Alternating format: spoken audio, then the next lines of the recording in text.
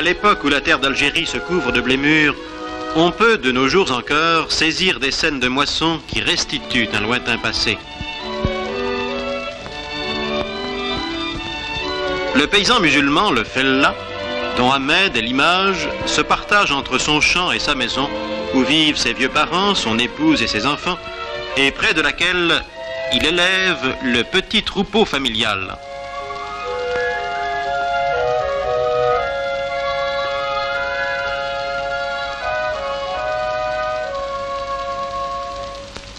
À l'heure du Maghreb, il est tout à la joie de voir éclater sous les pieds des bêtes les lourds épis et de sentir les beaux grains de blé couler entre ses doigts. Car cette année, par la grâce d'Allah, la moisson est belle. Selon la tradition, notre ami est heureux de porter lui-même au silo de réserve une partie de sa récolte, afin que les pauvres en aient leur part et que soit accomplie la volonté du prophète. La moisson est belle. Ahmed agrandit sa demeure pour marier son fils aîné, devenu en âge de fonder une famille. Il ne peut, hélas, agrandir son lopin de terre sur lequel tous devront vivre. Mais tout ira bien s'il plaît à Dieu. Hélas, l'année suivante, un incendie détruit en une journée le fruit d'un dur labeur. Ahmed ne désespère pas, mais dans le ciel apparaissent de nouvelles nuées. La grêle qui achante et vidant les épis anéantit les espérances d'une récolte hier encore pleine de promesses. Puis c'est la sécheresse. La malédiction divine s'est-elle abattue sur lui? Les criquets, plaies de l'antique Égypte, dévorent cette année son blé en épis.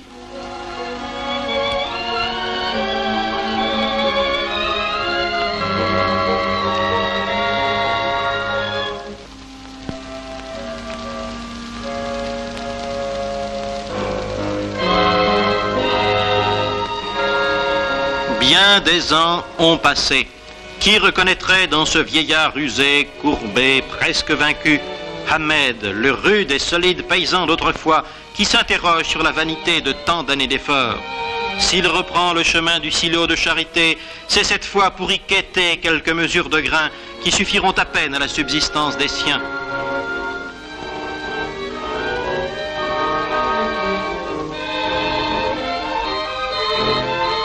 Après bien des hésitations, il se voit contraint de frapper chez l'usurier et, engageant tous ses biens, de lui emprunter de quoi tenter une nouvelle campagne. Si, une fois encore, le sort lui est contraire, sa famille et lui-même seront réduits à la plus noire misère qui attend ceux qui n'ont même plus de toit. L'administration française se devait de mettre un terme à la précarité dans laquelle vivaient la plupart des fellahs musulmans. Et dès 1867, se formèrent sous l'impulsion d'administrateurs dévoués des sociétés de prévoyance et d'assistance mutuelle qui devaient permettre aux agriculteurs musulmans de lutter contre les aléas d'une nature ingrate.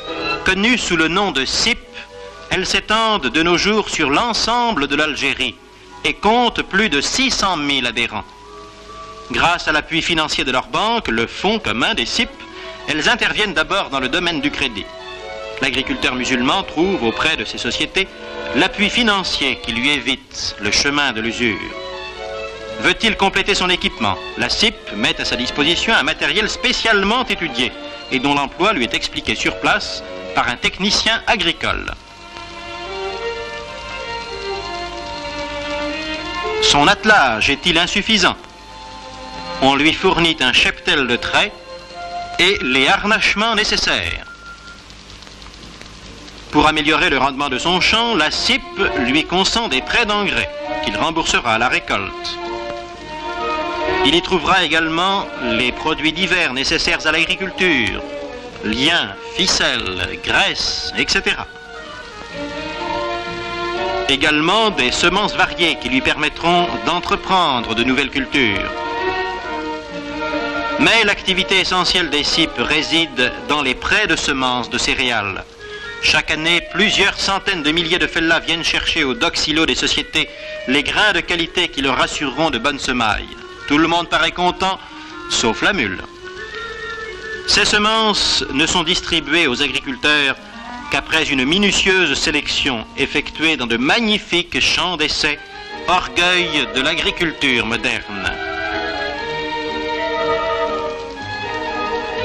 Puis les techniciens agricoles déterminent avec précision les caractéristiques des semences.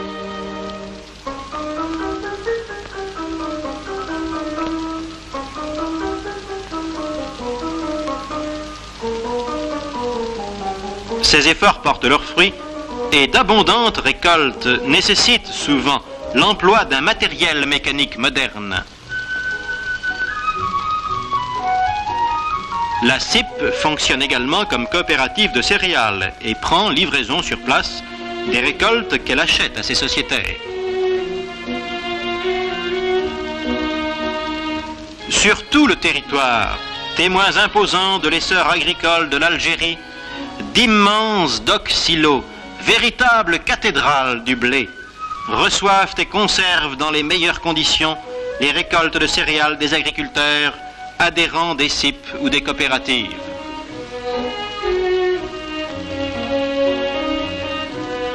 De ces docks partiront par fer et par route les céréales nécessaires au ravitaillement des régions non productrices, la Kabylie par exemple, où le plus lointain village reçoit la visite des camions de la CIP.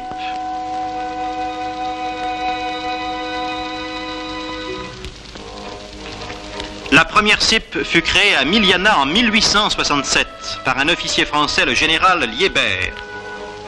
Leur réseau couvre de nos jours l'ensemble du territoire algérien.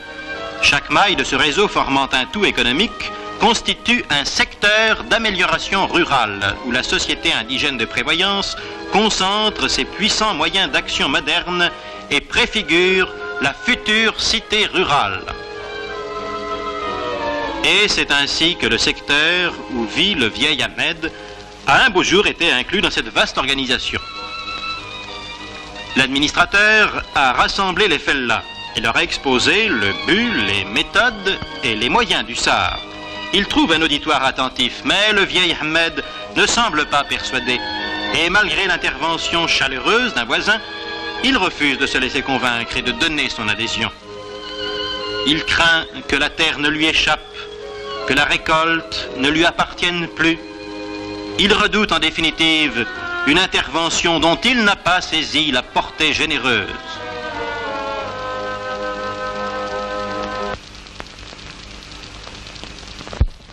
Ce qu'il refuse, ce sont les moyens d'une technique moderne, puissants tracteurs, matériel mécanique spécialement étudié, charrues lourdes, méthodes culturales nouvelles que les SAR mettent à la disposition de tous leurs adhérents.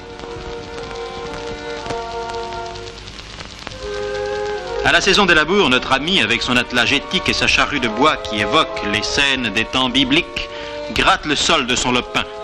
Pendant ce temps, le SAR envoie à ses adhérents son matériel moderne. Intrigué, il arrête son attelage. Un tracteur dans le champ du voisin bouleverse sans effort la glèbe.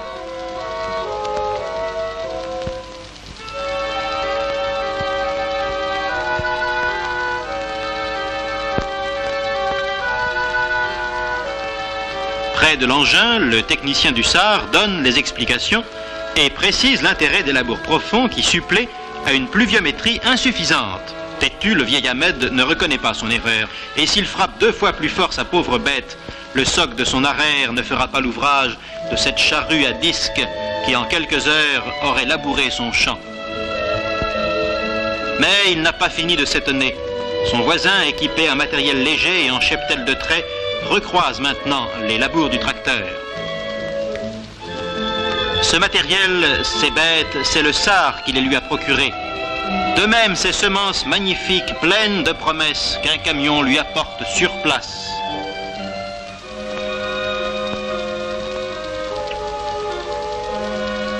De ces blés que le voisin d'Ahmed sème lui-même à la volée, jaillira cette superbe récolte qui mûrit au soleil.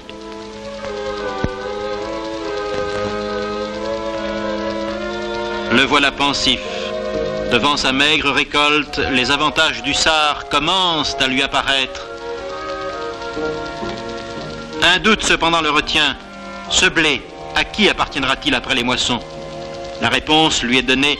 par ces scènes de battage où les adhérents du SAR traitent eux-mêmes leurs récoltes, dont ils vont ensuite livrer librement l'excédent aux magasins de leur société.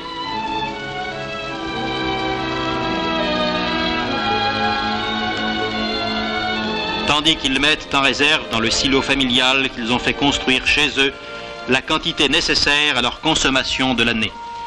Mieux vaut tard que jamais. Ahmed s'est laissé convaincre et il signe avec empressement le contrat qui lui assurera les mêmes avantages qu'aux autres.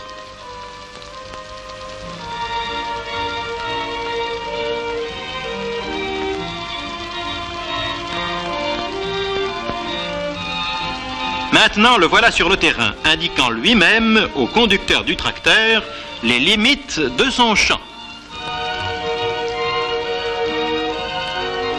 Là où son étroite charrue ne faisait qu'érafler la terre, le tracteur passe à son tour et creuse un large sillon, symbole de l'action féconde de l'administration française qui sait convaincre sans contraindre.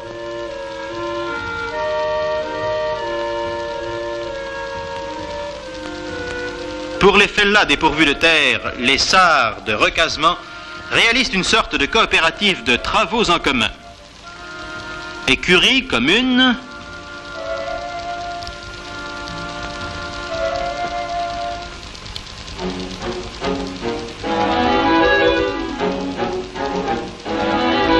harnais, matériel aratoire,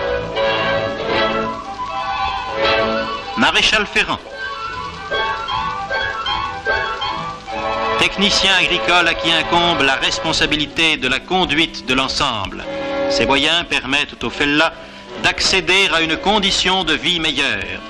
Ailleurs, l'introduction de cultures nouvelles crée de la richesse. La lentille, par exemple, ignorée jadis des agriculteurs musulmans.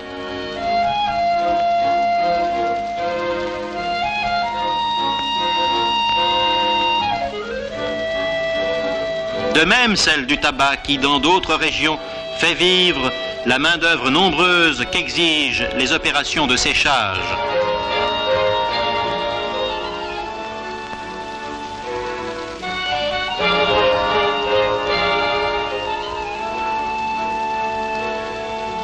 Pour des cultures anciennes comme celle de l'olivier, de nouvelles méthodes ont également été employées par le SAR et la conquête d'immenses étendues de terre situées dans la zone pré-saharienne jusqu'alors déserte donne à de nombreuses familles de fellahs l'occasion d'un travail régulier. Travail considérable et délicat dans les débuts puisqu'il exige une multiplicité d'opérations. Piquetage, creusement des trous, mise en terre des souchets, éclats de racines d'olivier sélectionnés d'où jaillira l'arbre. Arrosage réalisé par camion-citerne. Aménagement de rigoles pour capter les eaux de ruissellement, car l'eau est rare dans ces contrées balayées par les vents de sable. Façon culturale répétée pour ameublir le sol et lui conserver sa faible humidité. Lorsque l'arbre aura 2 ans, le fellah, futur oléiculteur, apprendra d'un chef de culture spécialisé la technique de la taille, et bientôt, de vastes oliveraies couvriront les collines. Là où le ruissellement des eaux a raviné le sol, le SAR, en collaboration avec le service de la défense et de la restauration des sols, entreprend de sauver la montagne.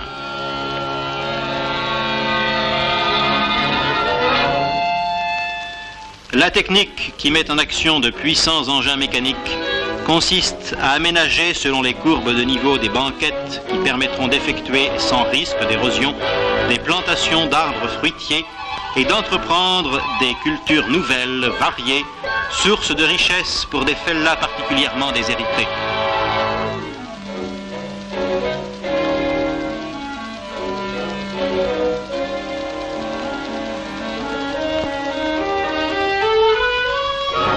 Parallèlement, le SAR poursuit un vaste programme d'extension de l'élevage du mouton dans les régions steppiennes des hauts plateaux et du sud. Au centre de traitement, les moutons sont plongés dans un bain anti-galeux.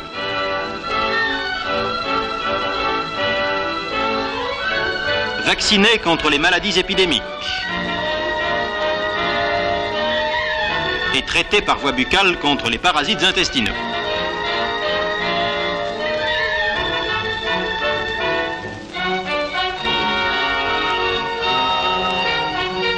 Ces clôtures, ce sont des réserves d'herbage pour les années sèches. Contre les maraudeurs, de vigilants gardiens à cheval, chargés par les pasteurs du Sarre de protéger le fruit de leur prévoyance, savent intervenir à temps.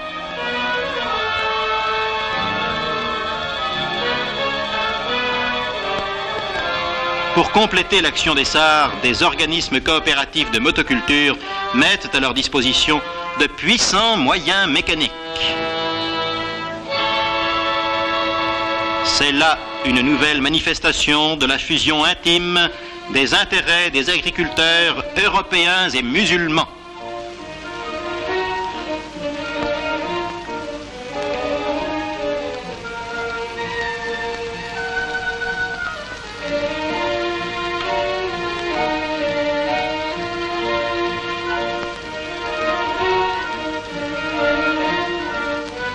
Non content de donner du travail aux agriculteurs musulmans et d'augmenter le rendement de leur culture, le SAR leur permet de se loger dans de meilleures conditions.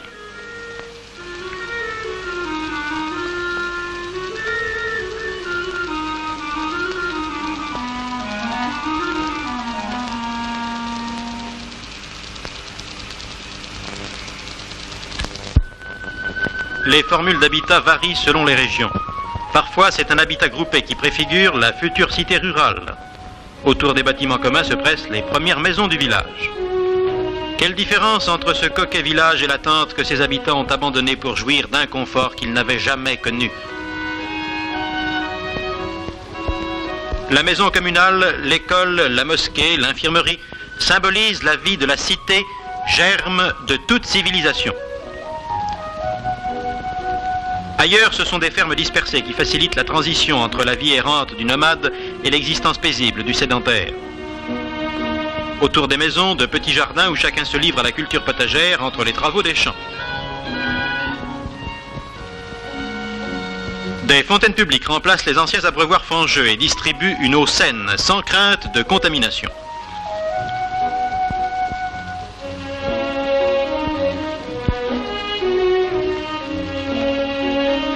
Pour relier toutes ces petites fermes, un réseau de routes carrossables a été réalisé par les soins des fellahs eux-mêmes. Dans d'autres cas, il a été suffisant d'améliorer la résidence habituelle des fellahs en mettant à leur disposition les matériaux nécessaires. D'autres enfin s'édifient selon des formules d'urbanisme adaptées à la région. Administrateurs et représentants élus des populations locales suggèrent sur place de nouvelles réalisations. Pour que la population musulmane d'Algérie mange à sa faim et vive heureuse, il faut rompre définitivement avec certaines habitudes d'un passé révolu et s'adapter résolument au rythme de la technique agricole moderne.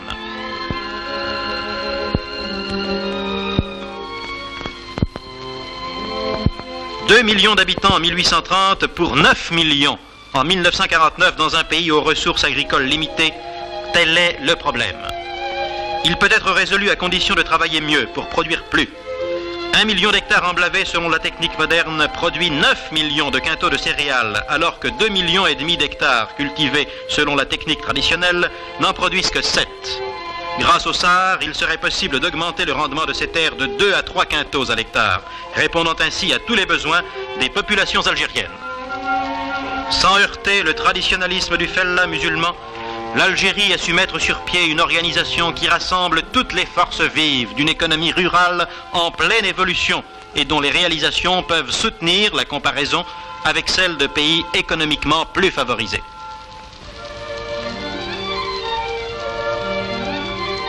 C'est le génie de la France d'avoir découvert le paysan algérien pour qui la meilleure récompense de sa peine est de voir sur ces terres fécondes le blé alourdi peser au bout des chaumes, proclamant en chacun de ses épis que la moisson sera belle.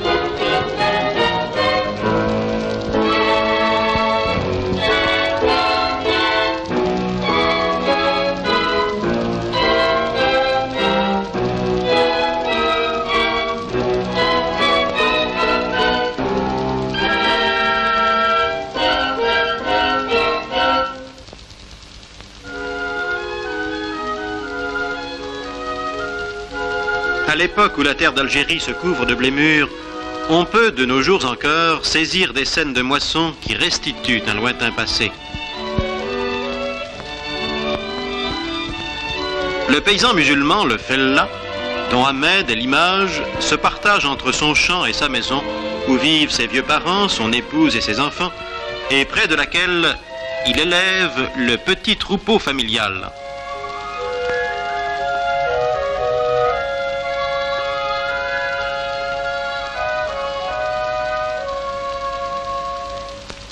À l'heure du Maghreb, il est tout à la joie de voir éclater sous les pieds des bêtes les lourds épis et de sentir les beaux grains de blé couler entre ses doigts. Car cette année, par la grâce d'Allah, la moisson est belle. Selon la tradition, liens, ficelles, graisse, etc. Également des semences variées qui lui permettront d'entreprendre de nouvelles cultures. Mais l'activité essentielle des CIP réside dans les prêts de semences de céréales. Chaque année, plusieurs centaines de milliers de fellahs viennent chercher au dock-silo des sociétés les grains de qualité qui leur assureront de bonnes semailles. Tout le monde paraît content, sauf la mule. Ces semences ne sont distribuées aux agriculteurs qu'après une minutieuse sélection effectuée dans de magnifiques champs d'essai, orgueil de l'agriculture moderne. Puis les techniciens agricoles déterminent avec précision les caractéristiques des semences.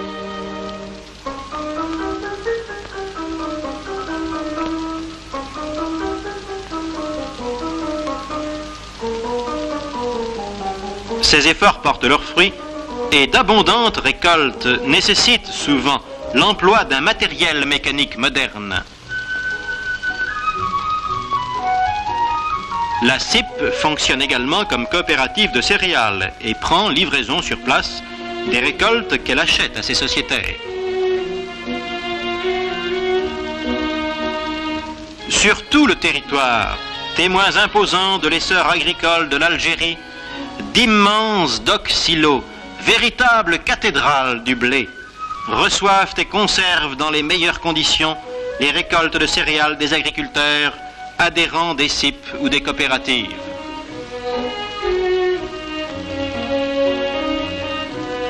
De ces docks partiront par fer et par route les céréales nécessaires au ravitaillement des régions non productrices, la Kabylie par exemple, où le plus lointain village reçoit la visite des camions de la CIP.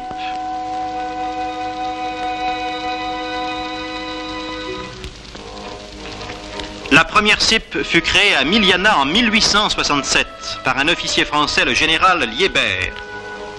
Leur réseau couvre de nos jours l'ensemble du territoire algérien.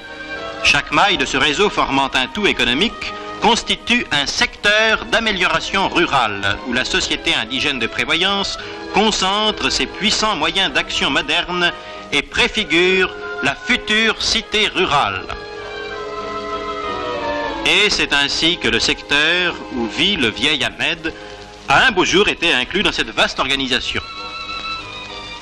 L'administrateur a rassemblé les fellahs et leur a exposé le but, les méthodes et les moyens du SAR. Il trouve un auditoire attentif, mais le vieil Ahmed ne semble pas persuadé. Et malgré l'intervention chaleureuse d'un voisin, il refuse de se laisser convaincre et de donner son adhésion. Il craint que la terre ne lui échappe, que la récolte ne lui appartienne plus. Il redoute en définitive une intervention dont il n'a pas saisi la portée généreuse.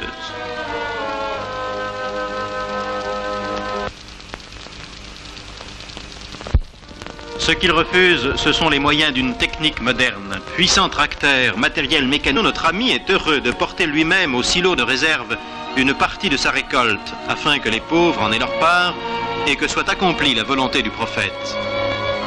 La moisson est belle.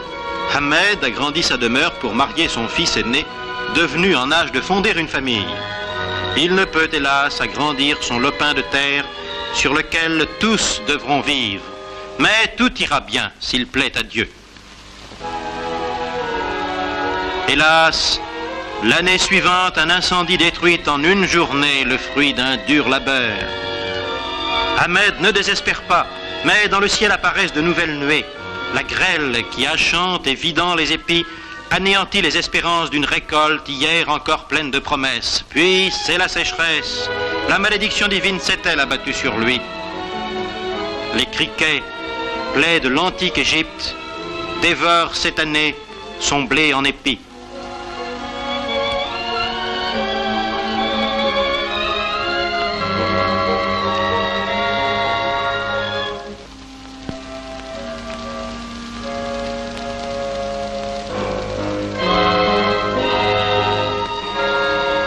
Bien des ans ont passé.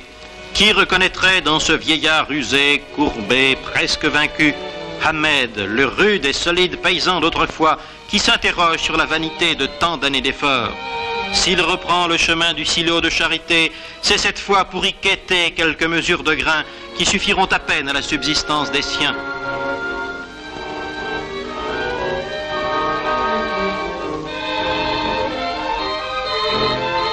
Après bien des hésitations, il se voit contraint de frapper chez l'usurier et, engageant tous ses biens, de lui emprunter de quoi tenter une nouvelle campagne. Si, une fois encore, le sort lui est contraire, sa famille et lui-même seront réduits à la plus noire misère qui attend ceux qui n'ont même plus de toit. L'administration française se devait de mettre un terme à la précarité dans laquelle vivaient la plupart des fellahs musulmans. Et dès 1867, se formèrent sous l'impulsion d'administrateurs dévoués des sociétés de prévoyance et d'assistance mutuelle qui devaient permettre aux agriculteurs musulmans de lutter contre les aléas d'une nature ingrate. Connues sous le nom de SIP, elles s'étendent de nos jours sur l'ensemble de l'Algérie et comptent plus de 600 000 adhérents. Grâce à l'appui financier de leur banque, le Fonds commun des SIP, elles interviennent d'abord dans le domaine du crédit. L'agriculteur musulman trouve auprès de ces sociétés l'appui financier qui lui évite le chemin de l'usure. Veut-il compléter son équipement? La SIP met à sa disposition un matériel spécialement étudié et dont l'emploi lui est expliqué sur place par un technicien agricole. Son attelage est-il insuffisant? On lui fournit un cheptel de traits et les harnachements nécessaires. Pour améliorer le rendement de son champ, la SIP lui consent des prêts d'engrais qu'il remboursera à la récolte. Il y trouvera également les produits divers nécessaires à l'agriculture.